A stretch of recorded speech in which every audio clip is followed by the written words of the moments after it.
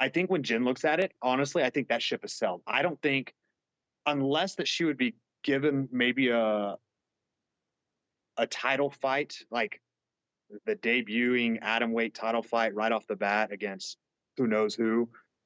If I think she would go, okay, I'll fight at atom weight again.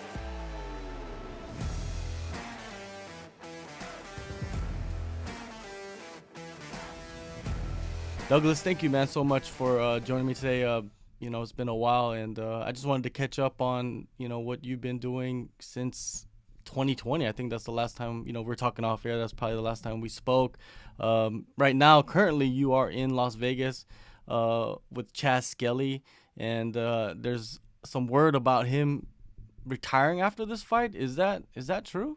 I mean, the door's going to be open. He's not going to do official retirement. I don't think. I asked him when he approached me about saying I think this is my last fight.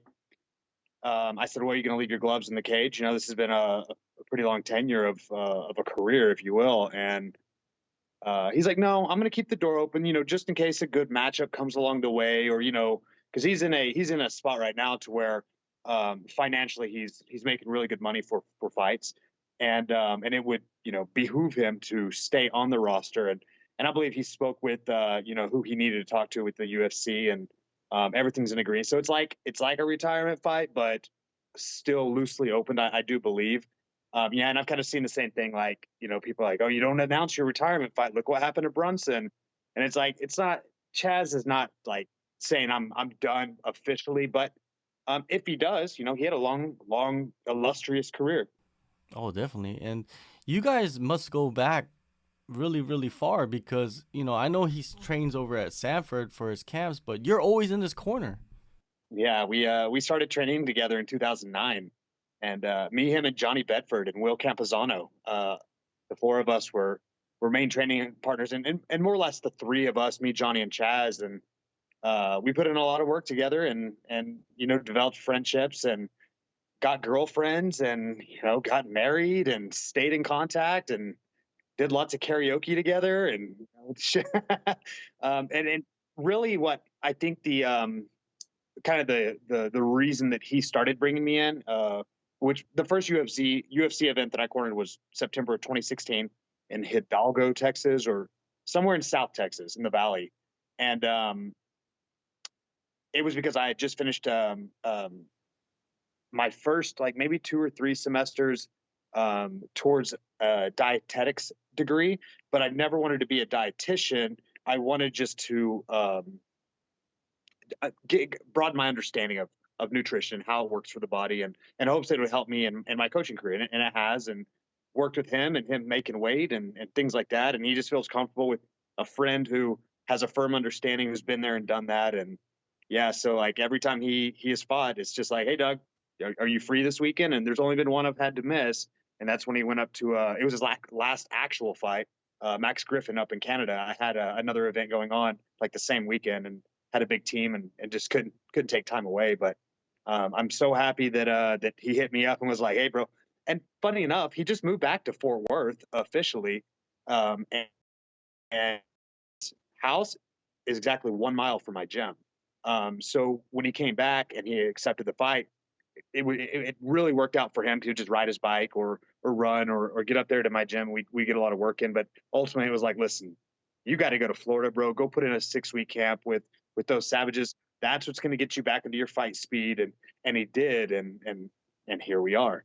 Yeah, and yeah, man, it's good, man. It's good to have a familiar face during fight week, right? It's like the lessens the pressure of if you do have any pressure, what I mean, just to have the people that you trust around you.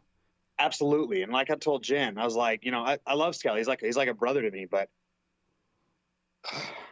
bro, I've seen that man's dick and balls way too many times since 2009 with all these weight cuts we've been through together, bro. And if this is his last one, I'm good with that. You know what I mean? Yeah, yeah, yeah. Lessening the dick and balls in your life is always a good thing. Yeah, that's what I don't need all that in my life. Yeah. And I noticed that in the last year or 2 years, you've moved around a little bit. You have your own facility. You have your own gym now, like your actual own gym, or did you move spots? So no, I had I'd been with a jujitsu school who hired me on in 2017 to start an MMA program, and I was with them for 2 years till late 2019, and I was very successful. But there was some conflict that went on with the owners and stuff, and ended up I had to find something else to do, and I was working towards that in late 2019, and then the pandemic hit early 2020, kind of like right in the middle. I'd met with bankers. I'd looked at leasing properties. Like everything was getting in the mix, writing business plans and stuff.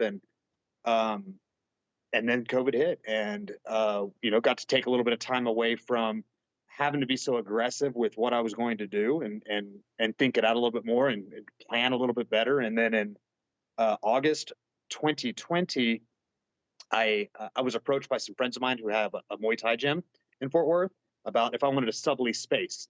Very affordable. It made sense, and I said, absolutely, let's go forward. And then about 7 months later, March of 2021, I was approached by my friends who owned that Muay Thai company, Southside Muay Thai, and about me buying them out, taking over the lease. And then in August of last year, we finalized the purchase, and I ended up taking over the lease and just essentially dissolving Southside Muay Thai, but taking ownership of it and just having Frey MMA. Yep. So having my own gym in South Fort Worth now. That's great, man. That's great to hear. And you still work with 10th Planet too, right? Yes, I'm an instructor at 10th Planet North Dallas.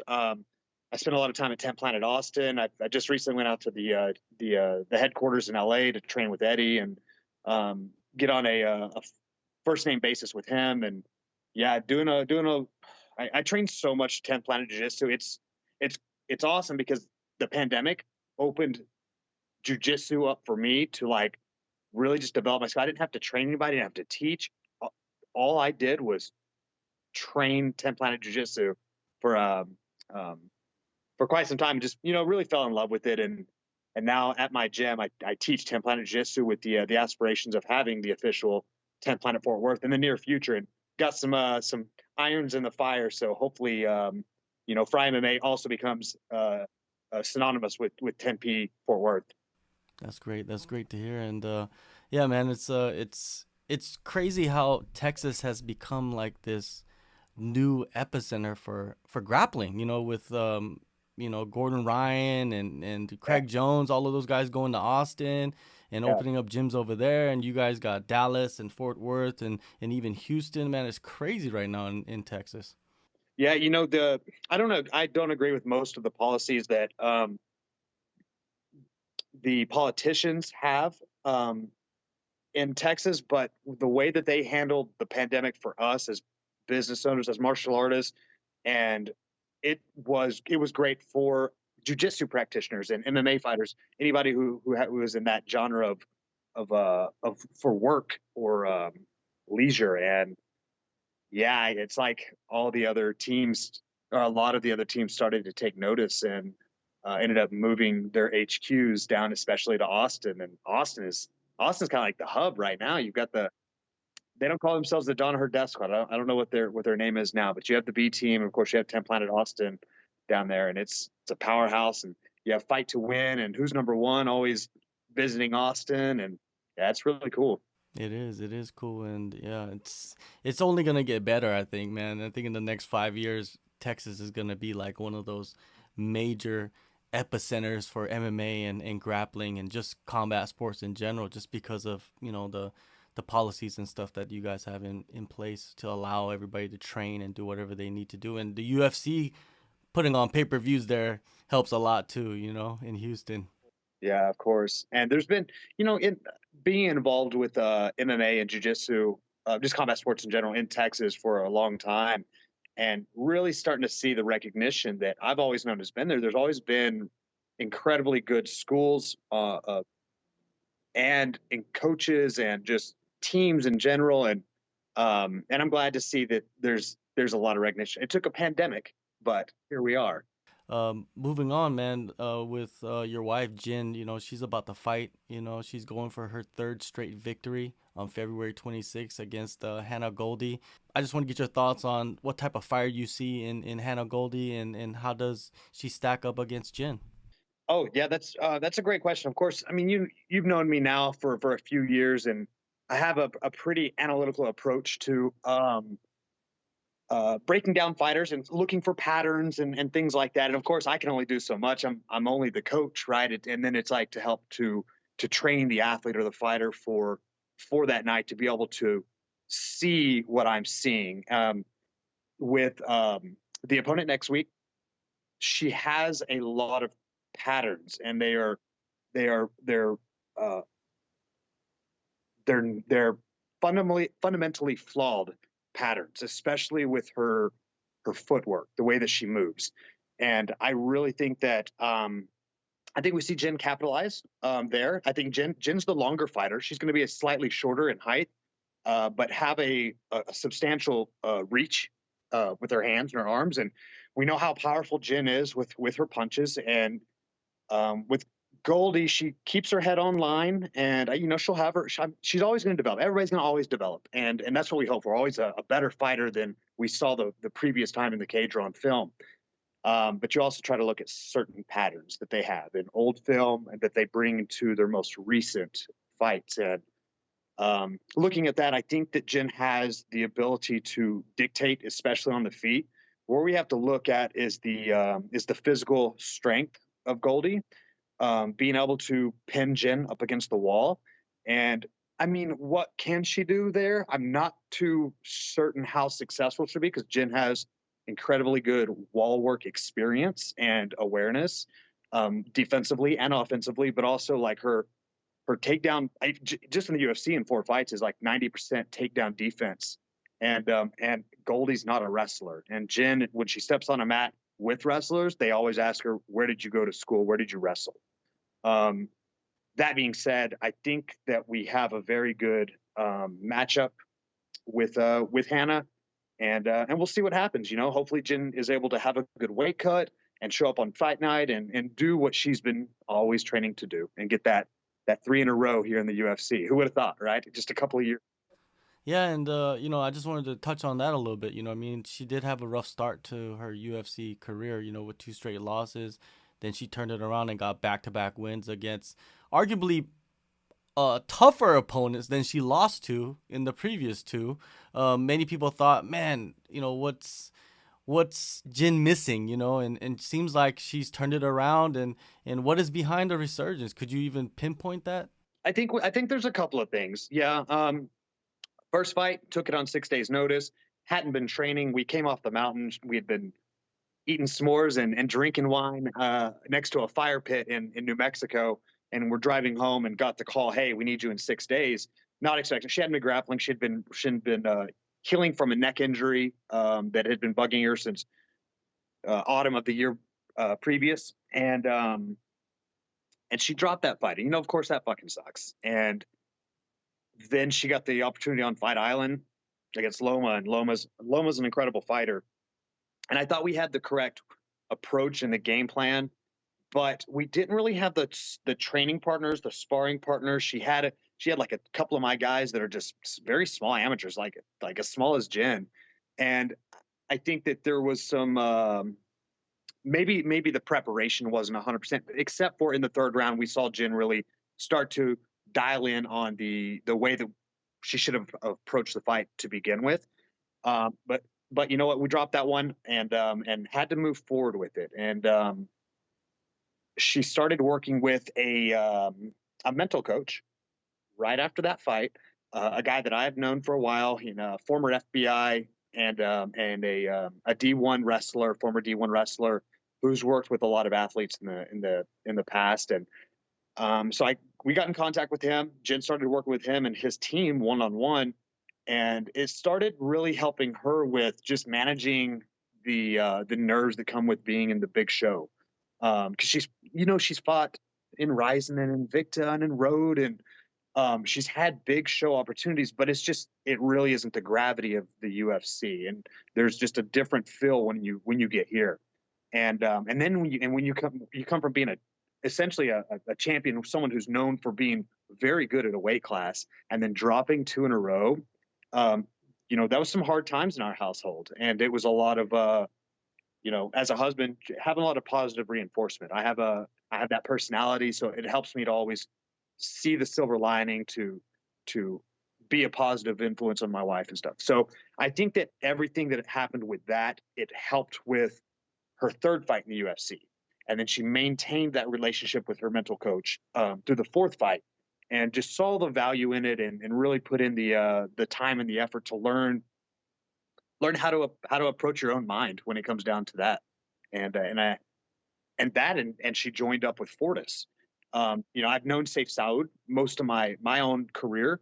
We had a good rapport, and he's just a pretty far drive away from us. But I said, Jen, if you need fight speed, and there's so many UFC fighters in that gym, like that's where you need to go.